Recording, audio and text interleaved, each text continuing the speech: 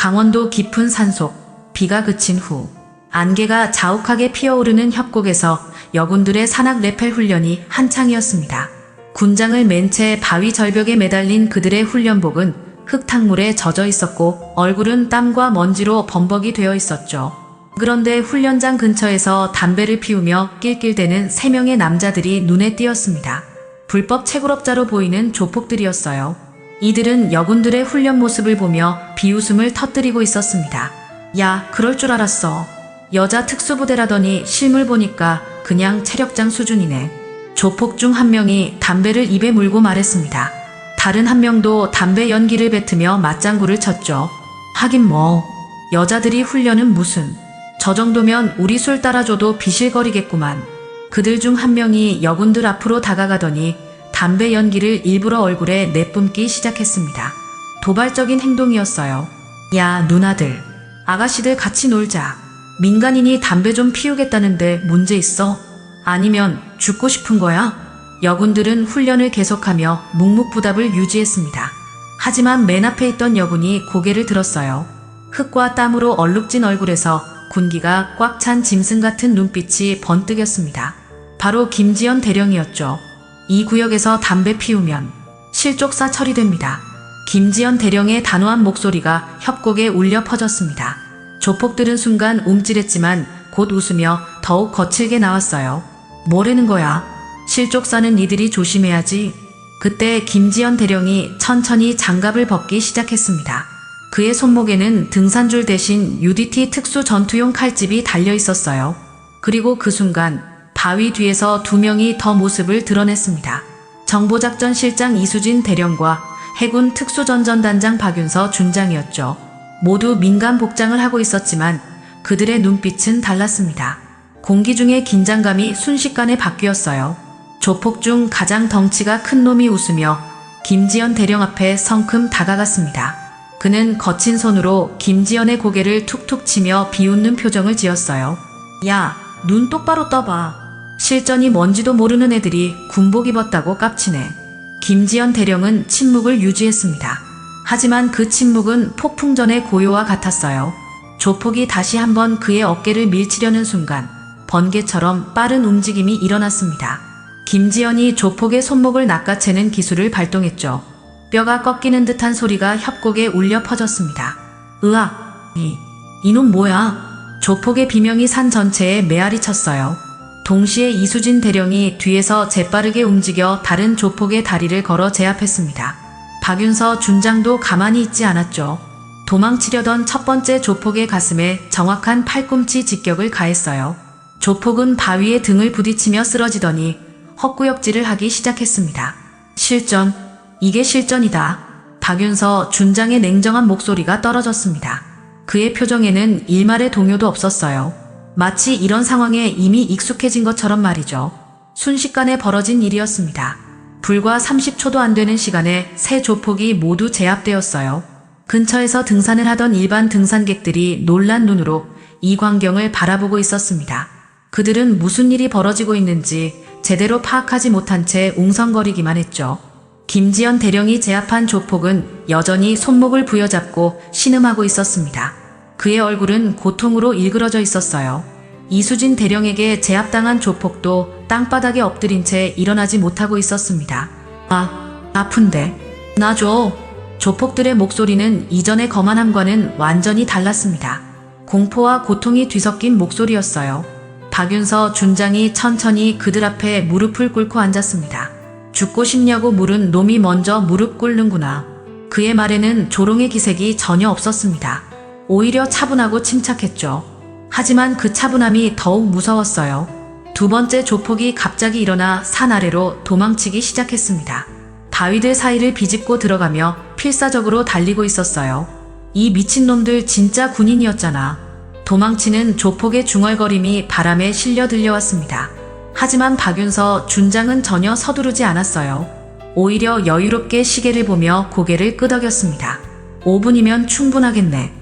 이수진 대령이 고개를 끄덕이며 숲속으로 사라졌습니다. 그는 발자국과 나뭇가지의 흔적을 따라 최단 경로를 파악하고 있었어요. 박윤서 준장도 반대편 숲길로 우회하기 시작했습니다. 남은 두 조폭은 여전히 땅바닥에 엎드린 채 상황을 파악하지 못하고 있었어요. 김지연 대령만이 그들을 지키고 서 있었습니다. 도망친 조폭은 가쁜 숨을 몰아쉬며 가파른 계곡길을 따라 미친 듯이 달리고 있었습니다. 바위와 나뭇뿌리에 걸려 넘어지면서도 계속 달렸어요. 그의 머릿속에는 방금 전 목격한 광경이 생생하게 떠올랐습니다. 여군들의 차가운 눈빛과 순식간에 동료들을 제압한 모습이 말이죠. 젠장, 진짜 개같은 날이네. 그는 거친 숨을 내쉬며 중얼거렸습니다. 뒤를 돌아보니 아직 추격자의 모습은 보이지 않았어요. 잠시 안도의 한숨을 내쉬며 큰 바위 뒤에 몸을 숨겼습니다. 하지만 그의 안도감은 오래가지 못했어요. 박윤서 준장은 이미 숲속 최단 경로를 파악하고 우회로를 통해 접근하고 있었습니다. 수십 년간 쌓인 특수전 경험으로 도망자의 심리와 이동 경로를 정확히 예측하고 있었죠. 동시에 이수진 대령은 땅에 남은 발자국과 부러진 나뭇가지들을 차례대로 추적하고 있었습니다. 그의 움직임은 마치 사냥개처럼 정확하고 빨랐어요. 도망자가 남긴 모든 흔적이 그에게는 명확한 이정표였습니다. 조폭은 숨을 고르며 핸드폰을 꺼내 형님에게 전화를 걸려고 했습니다. 하지만 산속 깊은 곳이라 전파가 잡히지 않았어요. 아, 씨발. 전화도 안 터지네. 그때 등 뒤에서 나뭇가지 부러지는 소리가 들렸습니다. 조폭이 황급히 뒤를 돌아보았지만 아무도 보이지 않았어요. 하지만 분명히 누군가 접근하고 있다는 느낌이 들었습니다. 누구야? 나와. 그의 목소리는 떨리고 있었습니다. 겁에 질린 목소리였어요. 그는 주변을 둘러보며 도망칠 길을 찾고 있었습니다. 바로 그 순간 왼쪽에서 이수진 대령이 나타났습니다. 그는 완전히 소리 없이 접근해 있었어요. 조폭이 놀라 뒤로 물러서려는 순간 오른쪽에서 박윤서 준장도 모습을 드러냈습니다. 어디 가려고? 박윤서 준장의 차분한 목소리가 계곡에 울려 퍼졌습니다. 조폭은 완전히 포위당한 상황임을 깨달았어요. 아니다. 나는 그냥 등산하러 온 거야. 오해하지 마. 하지만 그의 변명은 통하지 않았습니다. 이수진 대령이 재빠르게 움직여 조폭의 팔을 뒤로 꺾었고 박윤서 준장이 다리를 제압했어요. 불과 5초도 안 되는 시간에 완전히 제압당했습니다. 5분 걸릴 줄 알았는데 3분이면 충분했네. 박윤서 준장이 시계를 보며 말했습니다. 그들은 등산용 로프를 이용해 조폭을 단단히 묶었어요. 조폭은 더 이상 저항할 수도 없었습니다. 형님들, 제발, 나는 정말 아무것도 안 했다고. 하지만 두 사람은 그의 말에 전혀 관심을 보이지 않았습니다. 이수진 대령이 무전기를 꺼내 김지연 대령에게 상황을 보고했어요. 목표 확보 완료. 복귀합니다. 무전기 너머로 김지연 대령의 차분한 목소리가 들려왔습니다. 수고했습니다. 나머지 둘도 처리 완료했어요. 3명의 조폭이 모두 제압된 것이었습니다. 박윤서 준장과 이수진 대령은 묶인 조폭을 이끌고 천천히 원래 위치로 돌아가기 시작했어요. 조폭은 여전히 상황을 제대로 파악하지 못한 채 끌려가고 있었습니다. 3명의 조폭이 모두 묶인 채 바위 앞에 앉아 있었습니다. 그들의 얼굴은 땀과 흙으로 범벅이 되어 있었고 눈빛에는 두려움이 가득했어요. 처음 여군들을 무시했던 그 거만함은 온데간데 없이 사라져버렸습니다. 김지연 대령이 그들 앞에 서서 차분하게 말했습니다. 신분증 꺼내세요. 조폭들은 서로 눈치를 보며 망설였어요. 하지만 이수진 대령의 차가운 시선을 받자 어쩔 수 없이 주머니에서 신분증을 꺼냈습니다. 최민호, 이영태, 박성근, 김지연 대령이 하나씩 신분증을 확인하며 읽어내려갔어요. 동시에 박윤서 준장은 휴대용 단말기를 꺼내 신원 조회를 시작했습니다. 전과 기록이 상당하네요. 폭행, 공갈, 불법 도박, 그리고 최근에는 불법 채굴 관련 수사도 받고 있군요. 박윤서 준장의 말에 조폭들의 얼굴이 더욱 굳어졌습니다. 특히 최민호라는 이름의 조폭이 분노를 참지 못하고 소리쳤어요. 우리 누군지 알고 이래? 진짜 큰일 날 줄 알아. 우리 형님이 누군지 알면 무릎 꿇고 빌걸. 하지만 김지연 대령은 전혀 흔들리지 않았습니다. 오히려 더욱 차분한 목소리로 말했어요. 내 윗선, 파악 끝났어. 말 안 하면 너부터 사라진다. 그 말에 조폭들은 순간 말문이 막혔습니다. 김지연 대령의 눈빛에서 장난이 아니라는 것을 느꼈기 때문이었어요. 이수진 대령이 무전기를 꺼내 어디론가 연락을 취했습니다. 국정원 연결 부탁드립니다. 불법 채굴 관련 수사 협조 건입니다. 무전기 너머로 명확한 답변이 들려왔어요. 확인했습니다. 해당 조직은 현재 감시 대상입니다. 자금 세탁 연계 정황도 포착되고 있습니다. 조폭들의 얼굴이 더욱 창백해졌습니다. 자신들이 단순한 여군들이 아닌 국가기관과 연결된 전문가들과 마주하고 있다는 것을 깨달았기 때문이었어요. 이거 뭔가 잘못된 거 아니야? 우리는 그냥 등산하러 온 거라고.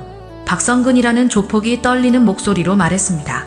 하지만 박윤서 준장이 휴대폰을 꺼내 보여주었어요. 여기 녹음된 거 들어볼까요? 아가씨들 같이 놀자고 했던 말 기억나죠? 녹음 파일에서 조폭들의 목소리가 선명하게 재생되었습니다. 그들이 여군들을 희롱하며 했던 모든 말들이 고스란히 담겨 있었어요. 그리고 이것도 있습니다. 이수진 대령이 소형 카메라를 보여주었어요. 바디캠이었습니다. 훈련 중에는 항상 착용하거든요. 모든 과정이 다 녹화되어 있어요. 조폭들은 이제 완전히 절망적인 표정을 지었습니다. 증거까지 확보된 상황에서 더 이상 변명할 여지가 없었어요. 잠깐만. 우리가 잘못했어. 그냥 넘어가면 안 될까? 최민호가 애원하는 목소리로 말했습니다. 하지만 여군들의 표정은 변하지 않았어요. 김지연 대령이 다시 무전기를 들었습니다. 헌병대 연결 부탁드립니다. 민간인 불법 행위 신고건입니다. 이해했습니다. 즉시 출동하겠습니다. 무전기 너머로 헌병대의 답변이 들려왔어요. 조폭들은 이제 완전히 포기한 표정으로 고개를 떨구었습니다. 그들은 자신들이 완전히 잘못된 상대를 건드렸다는 것을 깨달았어요. 산 아래에서 헌병대 차량의 사이렌 소리가 들려오기 시작했습니다. 다음 날 아침 인터넷과 언론에는 충격적인 기사들이 쏟아져 나왔습니다. UDT 여군, 무고한 등산객 집단 폭행, 군인의 과잉 진압 논란 확산 같은 자극적인 제목들이 포털 사이트 메인을 장식했어요. 김지연 대령은 부대 내 개인실에서 컴퓨터 화면을 바라보며 깊은 한숨을 내쉬었습니다. 기사 댓글들은 더욱 가혹했어요. 여자들이 힘 좀 생겼다고 날뛴다, 이게 우리 세금으로 키운 군인들이냐? 같은 악성 댓글들이 끝없이 달리고 있었습니다. 이수진 대령의 핸드폰이 울렸어요. 어머니로부터 온 전화였습니다. 수진아, 인터넷에 내 이야기가 나와 있던데 괜찮은 거니? 어머니의 목소리에는 걱정이 가득했습니다. 이수진 대령은 최대한 차분하게 대답했어요. 괜찮습니다, 어머니. 곧 해결될 거예요. 전화를 끊은 직후 낯선 번호에서 또 다른 전화가 걸려왔습니다. 이수진 대령이시죠? 딸 잘 키우셨네요. 근데 너무 나댔어요. 협박적인 남자 목소리였어요. 이수진 대령은 즉시 통화를 녹음하기 시작했습니다. 누구세요? 그걸 알 필요는 없고 앞으로 조용히 지내세요. 부모님한테 안 좋은 일 생기기 전에 말이에요. 전화가 끊어졌습니다. 이수진 대령의 얼굴이 차갑게 굳어졌어요. 가족에게까지 위협을 가하는 것은 선을 넘은 행위였습니다. 한편 박윤서 준장은 지휘부로부터 호출을 받았어요. 사령관실에 들어서자 여러 고위 간부들이 심각한 표정으로 앉아 있었습니다. 박 준장, 이번 사건 어떻게 생각하나? 사령관의 질문에 박윤서 준장은 당당하게 대답했습니다. 정당방위였습니다. 모든 과정이 녹화되어 있고 증인들도 있습니다. 하지만 언론에서는 과잉 진압이라고 하고 있지 않나? 여론이 좋지 않아. 다른 간부가 걱정스러운 목소리로 말했어요. 사실이 중요한 것 아닙니까? 언론 플레이에 휘둘려서는 안 됩니다. 박윤서 준장의 단호한 목소리에 회의실이 잠시 조용해졌습니다. 그 시각 조폭들의 배후 조직에서는 긴급회의가 열리고 있었어요. 변호사와 언론인, 그리고 유명 유튜버까지 동원해서 여론전을 벌이기로 결정한 것이었습니다. 군인들이 민간인을 폭행했다는 프레임을 확실히 씌워야 해. 돈은 얼마든지 쓸 테니까 확실하게 해. 조직의 간부가 냉정하게 지시했습니다. 다음 날 더욱 선정적인 기사들이 쏟아져 나왔어요. 일부 유튜버들은 군인 특권 의식의 실태 같은 제목으로 영상을 올리며 여군들을 비난했습니다. 심지어 가짜 목격자까지 등장해서 거짓 증언을 하기 시작했어요. 김지연, 이수진, 박윤서 세 사람은 부대 내에서 격리 조치를 받았습니다. 징계위원회 소집 준비가 진행되고 있었어요. 군 내부에서도 그들을 바라보는 시선이 곱지 않았습니다. 이런 식으로 끝날 건가? 김지연 대령이 중얼거렸습니다. 하지만 박윤서 준장의 눈빛은 여전히 굳건했어요. 아직 끝나지 않았어. 우리에게는 진실이 있으니까. 이수진 대령도 고개를 끄덕였습니다. 가족들까지 위협하는 것은 용서할 수 없어요. 그들은 수동적으로 당하고만 있을 생각이 없었습니다. 반격을 준비하기 시작했어요. 박윤서 준장은 격리실에서 나와 곧바로 군법무실로 향했습니다. 복도를 걸으며 그의 표정은 점점 더 결연해졌어요. 더 이상 수동적으로 당하고만 있을 수는 없었습니다. 법무관님, 긴급히 상담 요청드립니다. 법무실 문을 열고 들어서자 김 법무관이 놀란 표정으로 그를 바라봤어요. 준장님, 지금 격리 조치 중이신데. 그래서 왔습니다. 우리 방식대로 끝내야죠. 정면으로. 박윤서 준장은 가져온 서류들을 책상 위에 펼쳤습니다. 바디캠 영상, 녹음 파일, 그리고 조폭들의 전과 기록까지 모든 증거 자료들이었어요.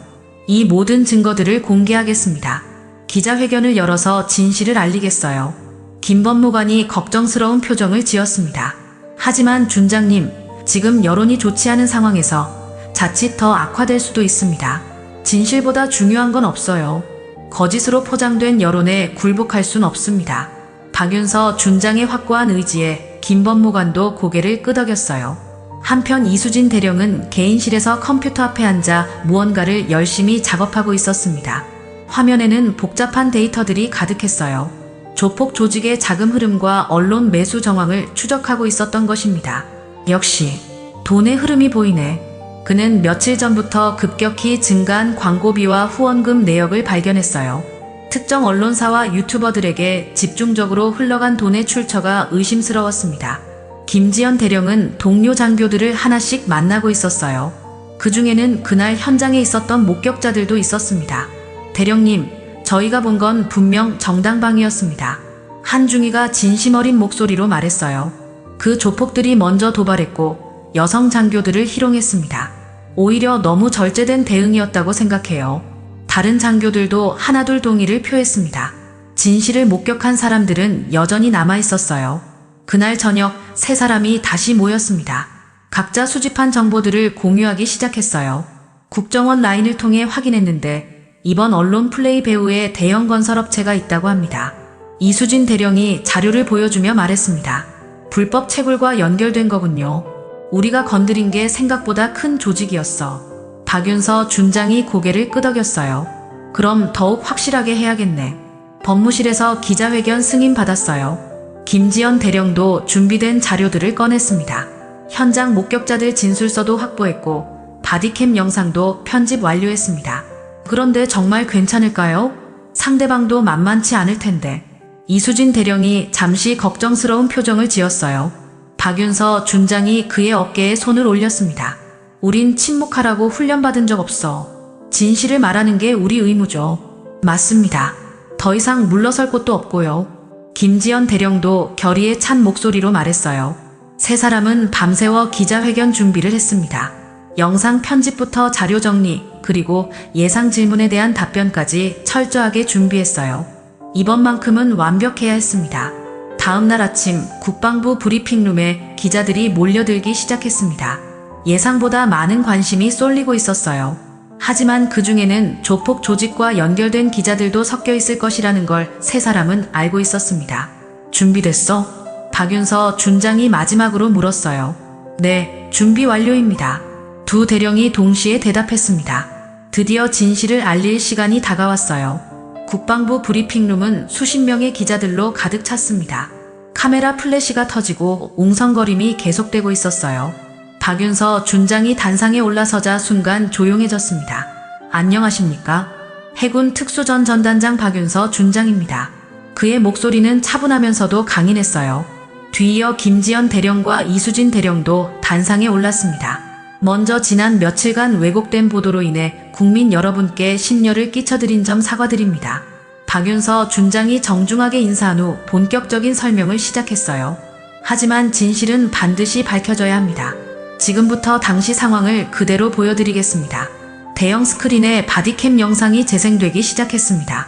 조폭들이 여군들에게 접근해서 담배 연기를 얼굴에 뿜고 아가씨들 같이 놀자며 희롱하는 장면이 선명하게 담겨 있었어요. 기자들 사이에서 술렁임이 일어났습니다. 지금까지 보도된 내용과는 완전히 다른 모습이었거든요. 이것이 소위 무고한 등산객들의 모습입니까? 김지연 대령이 단호한 목소리로 말했습니다.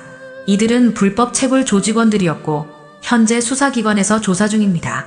영상이 계속 재생되자 조폭들의 협박과 도발이 더욱 적나라하게 드러났어요. 특히 죽고 싶냐는 협박 발언이 나오자 기자들이 웅성거리기 시작했습니다. 이수진 대령이 마이크 앞에 섰습니다. 더욱 심각한 것은 이후에 벌어진 일들입니다. 그는 준비된 자료를 꺼냈어요. 사건 이후 저희 가족들에게 협박 전화가 걸려왔습니다. 이 또한 모두 녹음되어 있습니다. 협박 전화 녹음이 브리핑룸에 울려 퍼졌습니다. 딸 잘 키우셨네요. 근데 너무 나댔어요 라는 협박 내용이 생생하게 재생되자 기자들의 표정이 심각해졌어요. 이것이 무고한 피해자들의 행동입니까? 박윤서 준장이 다시 마이크를 잡았습니다. 또한 언론 보도 과정에서도 의혹이 있습니다. 스크린에 자금 흐름 도표가 나타났어요. 특정 언론사와 유튜버들에게 집중적으로 흘러간 돈의 내역이 상세히 정리되어 있었습니다. 사건 발생 이후 급격히 증가한 광고비와 후원금의 출처를 추적한 결과입니다. 이수진 대령의 설명에 기자들이 메모를 하기 시작했어요. 한 기자가 손을 들고 질문했습니다.